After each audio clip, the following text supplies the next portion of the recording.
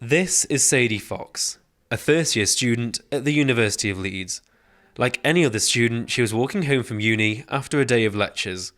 But as she was nearing the end of her walk home, it took a turn for the worse, as she became the victim of a drive-by robbery. I felt a car come behind me, and I thought it was just going to, pull in or just turn.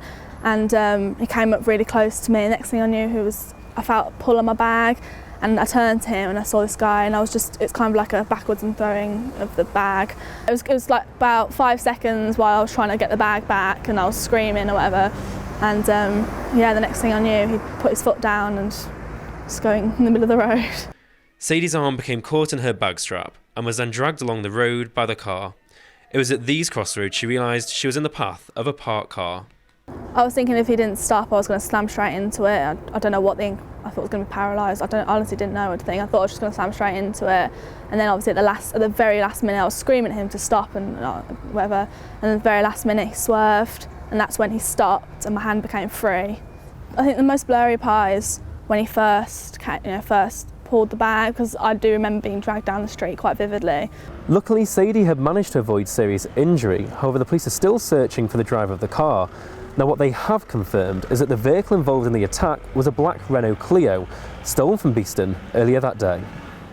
West Yorkshire Police say they have some strong leads, but want anyone with any information to contact the neighbourhood crime team or call Crimestoppers anonymously. So at the moment we're trying to identify the suspects. So we're looking at the motor vehicle that was used and the suspect description that's been given both by Sadie and some witnesses. And so we've got some good leads out there. At this point in time we can't comment any further.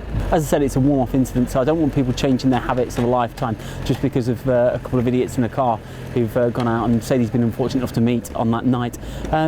However, if you're walking on the street, why not step a little bit further away from the road, carry your bag on the shoulder that's not facing towards the road. Little things like that can make a big difference, and it's that constant vigilance, isn't it, to be aware of.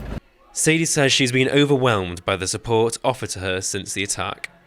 There's not many flatmates that would come and help me the way I have after knowing me for 3 weeks. I'm honestly so grateful. My family, they've been so caring, so supportive, and they obviously didn't want me to come back, but no, the support's been amazing.